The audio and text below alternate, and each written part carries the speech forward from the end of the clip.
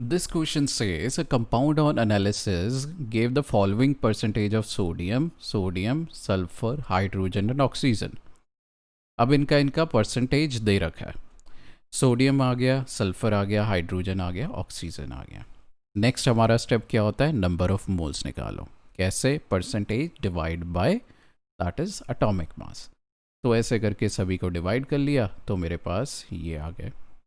Then हमारे पास होता है कि सभी मोल्स का रेशियो निकालो. ओके, मोल्स का रेशियो निकालने के लिए हम क्या करते हैं? सबसे छोटे नंबर से, सबसे छोटा नंबर हमारे पास क्या है? ये वाला. सभी को डिवाइड कर दो. सभी को डिवाइड कर दिया. यहाँ पे हमारे पास आ गया 2, 0.31 डिवाइड बाई 0.31 आ गया 1, ऐसे करके आ गया 20, ऐसे करके आ गया 14. सो हमारा मॉलिक एम्पिरिकल फार्मूला क्या बन गया? It is Na 2, then sulfur 1, hydrogen 20 and oxygen is 14. So empirical formula आ गया. अब मुझे मॉलिकुलर फार्मूला निकालना है. उसके लिए चाहिए मॉलिकुलर मास. मॉलिकुलर मास इसने दे रखा है, इट इज़ 322. सो मुझे n निकालने के लिए क्या चाहिए होता है? n is, what is n? n is molecular formula mass divide by empirical formula mass.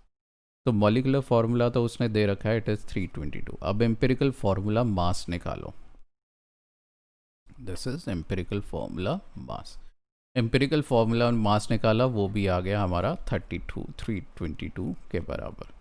तो यहाँ से हमारे पास आ गया n इक्वल टू 1. यानी कि जो एम्पिरिकल फार्मूला है वही हमारा मॉलिकुलर फार्मूला भी है, which is Na2SH20 and oxygen 14.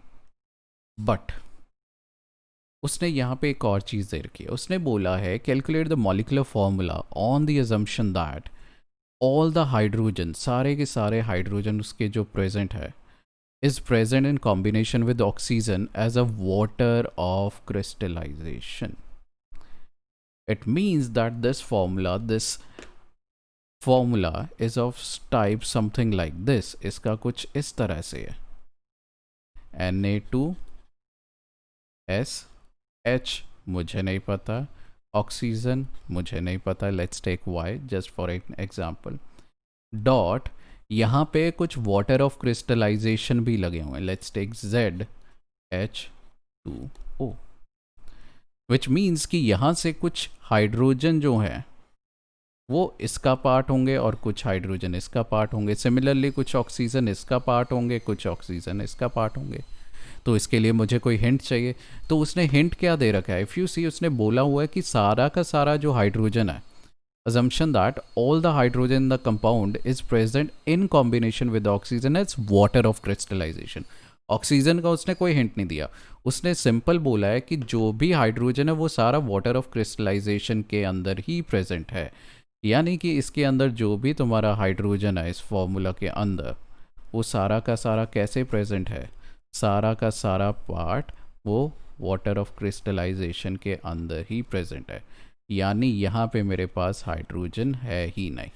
Okay, सो यहाँ से मुझे ऑक्सीजन 14 ऑक्सीजन, तो वो कैसे होंगे? अब मुझे क्लियर है, अगर यहाँ पे 20 एटम लगे हुए हैं तो साथ में ऑक्सीजन कितने लगे होंगे? अगर 2 के बदले 1 ऑक्सीजन लगता है तो 20 के बदले 10 ऑक्सीजन लगेंगे, यानी कि 4 ऑक्सीजन इसका पार्ट होंगे. दोबारा से समझते हैं, दोबारा से इसको लिखेंगे कैसे? That since all hydrogens are part of water of crystallization, therefore number of H2O molecules, तो H2O मॉलिक्यूल कितने बन गए? 20 हाइड्रोजन से कितने बनेंगे? 10. So oxygen, number of oxygen atom which are not part of water of crystallization. तो आपको पता चल गया कि 10 आपके H2O मॉलिक्यूल हैं तो उसके अंदर 10 ऑक्सीजन यूज़ होंगे. टोटल कितने हैं? 14 माइनस 10 यूज़ हो गए तो कितने बच गए? 4. तो आपका फॉर्मूला क्या बन गया, it will be Na2S, H तो है ही नहीं है इसके अंदर, ऑक्सीजन 4.10H2O। सो आपके पास ये फार्मूला बन चुका है। तो आप कैलकुलेट भी कर सकते हो oxygen, oxygen as you can calculate 4 oxygen इधर हैं और 10 ऑक्सीजन इधर हैं, तो 14 ऑक्सीजन हो गए। 10 इंटू 2 20 हाइड्रोजन हो गए, सल्फ़र 1 सोडियम 2, तो वही फार्मूला बन गया। So this is overall formula of the compound.